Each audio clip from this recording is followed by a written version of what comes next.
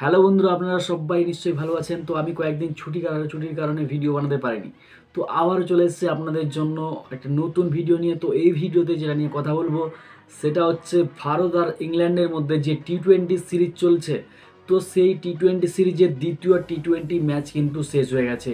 আমরা সবাই জানি প্রথম ম্যাচটা কিন্তু টিম ইন্ডিয়া জিতে গেছিল ইংল্যান্ডের সঙ্গে। তো তার পরের ম্যাচটা ভাবছিলাম ভালোভাবেই সেই ম্যাচটাও জিততে পারবে। কিন্তু আমরা যখন সিরিজ শুরু হওয়ার আগে শুনেছিলাম যে ইংল্যান্ড ক্রিকেট টিম যারা কিন্তু ব্যাট বল খেলতে ভালোবাসে, তো অনেকেই এক্সপার্ট বলেছিল যে ইংল্যান্ড ব্যাট বল খেলা পছন্দ করে, তারা টি-20 ক্রিকেটে কিন্তু ইন্ডিয়ার চেয়ে অনেক এগিয়ে। তাছাড়া অনেক এক্সপিরিয়েন্স ব্যাটার কিন্তু অলরেডি রিটায়ারমেন্ট নিয়ে নিয়েছে। তাছাড়া বুমরাও টিমের মধ্যে নেই। তো তার মানে কিন্তু ইংল্যান্ড টিমটাকে এগিয়ে রেখেছিল আমাদের অনেক এক্সপিরিয়েন্স এক্স ক্রিকেটাররা। তো সেই এক্স ক্রিকেটারদের ভুল প্রমাণিত করেছে আমাদের নতুন টিম ইন্ডিয়া। কারণ যে জস বাটলারের টিম ব্যাট বল খেলতে ভালোবাসে সেই টিমকে কিন্তু আমাদের স্কাইয়ের টিম দুটো ম্যাচে হারিয়ে দিয়েছে। কারণ দ্বিতীয় টি-20 ম্যাচটা পুরো যেন একদম সিনেমার পুরো ক্লাইম্যাক্স ছিল। যদি টি-20 ম্যাচটা কেউ দেখে থাকেন অবশ্যই বুঝতে পারবেন যেন এটা কোনো পুরো সিনেমা। কারণ লাস্ট অবধি বোঝা যাচ্ছিল না কোন টিম জিতবে। কিন্তু প্রথমে মনে হচ্ছিল যখন 165 রান করে ইংল্যান্ড অল আউট হয়ে যায়, তা আমরা ভাবছিলাম হয়তো ইন্ডিয়া কিন্তু ভালোভাবে জিতে যাবে কোনো টেনশন ছাড়াই। কিন্তু টেনশন কিন্তু দিয়ে দিয়েছে ইংল্যান্ডের বোলাররা। তাছাড়া নাইট রাইডার্সের জন্য কিন্তু খুব খারাপ খবর। কারণ নাইট রাইডার্সের যে দুজন প্লেয়ার হ্যারি ব্রুক, ফিন সল্ট, দুজনেই কিন্তু ফ্লপ চলছে। একমাত্র যদি চলছে জস বাটলার ভালো চলছে। তাছাড়া চেন্নাইতে ম্যাচ ছিল, চেন্নাইতে ম্যাচ হওয়া সত্ত্বেও কিন্তু স্পিন কাজ করতে পারেনি। আমরা যেটা ভাবছিলাম যে স্পিন সেখানে ভালো কাজ করবে, কিন্তু স্পিন সেখানে সেভাবে ভালো কাজ করতে পারেনি। তাছাড়া অনেকটা বেশি রান দিয়ে ফেলেছে বরুণ চক্রবর্তী বা আমাদের অক্ষর প্যাটেল, মোটামুটি ভালোই রান দিয়েছে। তাছাড়া যেটা একটা হিস্টোরিক্যাল রেকর্ড হয়েছে, 4 ওভারে 60 রান দিয়ে দিয়েছে জোফরা আর্চার, যেটা সবচেয়ে তার হাইয়েস্ট ফিগার। জোফরা আর্চার কিন্তু এরকমভাবে কোনো ম্যাচে মার পড়েনি জোফরা আর্চারকে। তাছাড়া এই ম্যাচে যার জন্য আমরা জয়ের মুখ দেখতে পেয়েছি সে হচ্ছে তিলক ভার্মা। মানে তিলক লাগিয়ে কিন্তু আমরা ম্যাচ জিততে পেরেছি। আর তিলক কিন্তু একদম যে ফ্রেশ বা নতুন ব্যাটার বলে মনে হচ্ছে না, মনে হচ্ছে তার মধ্যে এক্সপিরিয়েন্স কুটে কুটে ভরা আছে।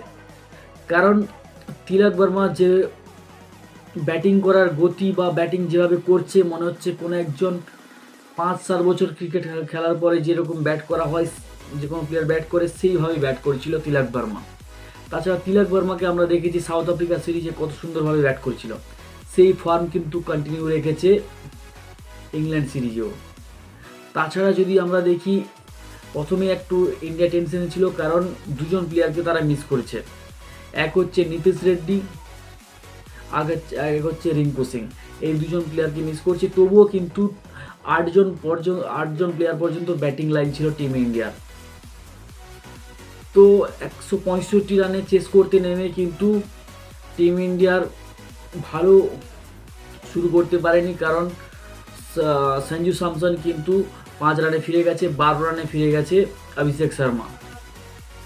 তাছাড়া সূর্যকুমার যাদবের ফর্মটা কিন্তু বারবার প্রশ্নচিহ্ন ফেলে দিচ্ছে। কারণ সূর্যকুমার যাদবের কিন্তু লাস্ট 2-3টে সিরিজে কিন্তু সূর্যকুমার যাদব ফর্মে নেই।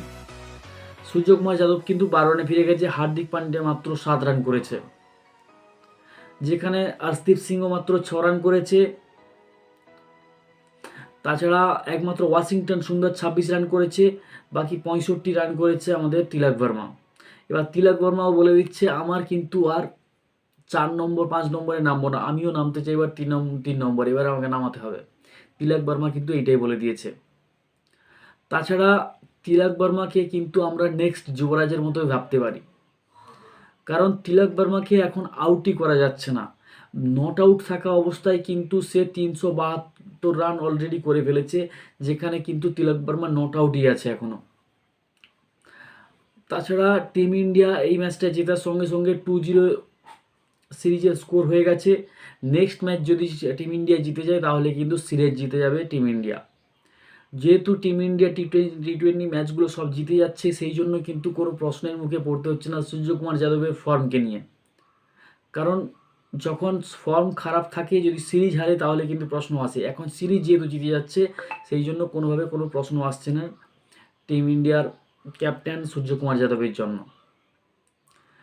তাছাড়া তিলক বর্মার ব্যাটিং দেখে কিন্তু আমরা সত্যি খুশি হয়েছি, এইরকম একটা ব্যাটারের প্রয়োজন ছিল।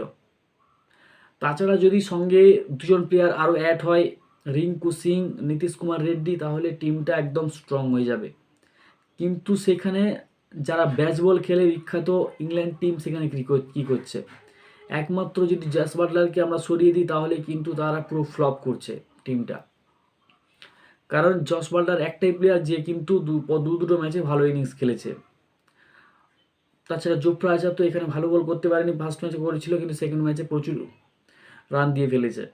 আর মার্কুট ফাস্ট বোলারগুলো ভালো নিয়ে এসছে কিন্তু সেভাবে কিন্তু বল করতে পারেনি। তো আপনাদের কি মনে হয় নেক্সট ম্যাচটা কি টিম ইন্ডিয়া জিতবে কি জিতবে না অবশ্যই কমেন্ট করে জানাবেন। তাছাড়া তিলক বর্মার ব্যাটিং দেখে আপনাদের কেমন লেগেছে অবশ্যই কমেন্ট করে জানাবেন। যদি ভিডিওটা ভালো লাগে লাইক শেয়ার কমেন্ট অবশ্যই করবেন। দেখা হচ্ছে পরের ভিডিওতে, সবাই ভালো থাকবেন।